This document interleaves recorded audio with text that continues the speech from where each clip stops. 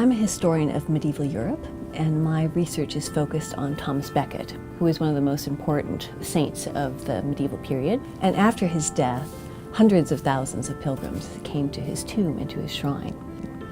And so what I'm studying are the windows. And I discovered two panels of stained glass that we thought were Victorian inventions are actually medieval creations.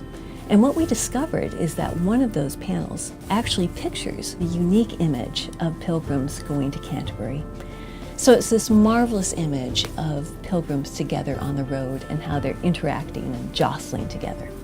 For historians of art and religion, this is a really interesting stained glass panel because of its date, from the late 12th century. And this is about 200 years before Chaucer wrote the Canterbury Tales. What we have then is an image that's created well in advance of these famous fictional pilgrims that came to Canterbury. These stories, the Canterbury Tales, are of course still read in schools and by enthusiasts across the world.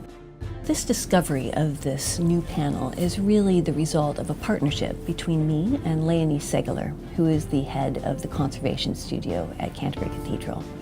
So I brought my decades of experience in medieval history to the project, and she brought decades of experience in medieval stained glass.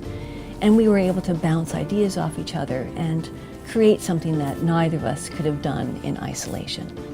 So I think that this kind of work shows that York's faculty are able to team up with people across the world to come up with cutting-edge research projects that can really lead then to further collaboration. For instance, we are going to be working with the British Museum in the future, with the Friends of Canterbury Cathedral, and with other organizations within Canterbury and outside of Canterbury to take this project further, to examine the rest of the windows that surround Becket's shrine.